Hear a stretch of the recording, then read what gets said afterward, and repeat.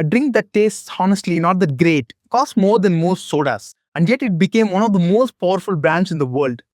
Not because of what's inside the can, but because of what's inside your head. This is the story of Red Bull, but not the usual how it started story. Because Red Bull didn't just build a beverage, they built a media empire disguised as a drink. And at a time when Coca Cola and Pepsi were fighting over shelf space and flavors, Red Bull was playing a completely different game. Here's the strategy: Red Bull doesn't sell a product, they sell a lifestyle, energy, risk, adrenaline, rebellion, and instead of spending money on traditional advertising, they turned marketing itself into the product. Not ads, not billboards, but moments people would never forget.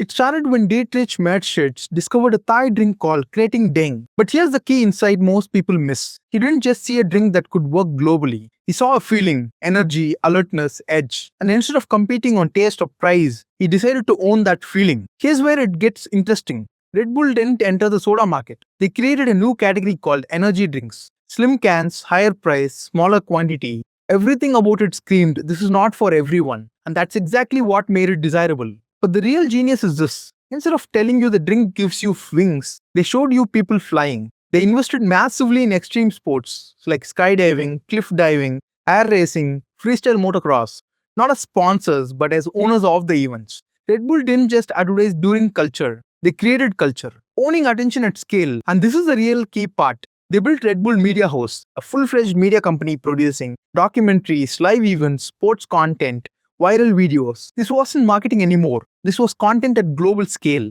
So instead of interrupting people with ads, Red Bull became something people chose to watch. And then came the Stardust moment that defined everything. In 2012, Felix Baumgartner jumped from the edge of space. This wasn't an ad, this was a global event. 8 million people watched live on YouTube, millions across TV and media. The entire world was talking about it. And what was on the suit? Red Bull. No hard sell, no buy now. Just pure association. Red Bull means pushing human limits. But this strategy sounds insane if you think about it. Why would a beverage company spend huge budgets on sports events, millions on content production, risky stunts that could fail publicly? Most companies play it safe because this approach has real risks. What if nobody watches? What if an event fails? What if the ROI is unclear? That's exactly why others didn't do it. They were optimizing for short-term sales. Red Bull was building long-term brand dominance. And the results? They are staggering. Red Bull sells 12 billion cans annually, operates in 170 plus countries, generates 10 billion plus a yearly revenue. But here's the real payoff. They spend around 30% of this revenue on marketing. That's insanely high, yet it works because every event, every video, every stunt doesn't just market the product, it strengthens the brand narrative.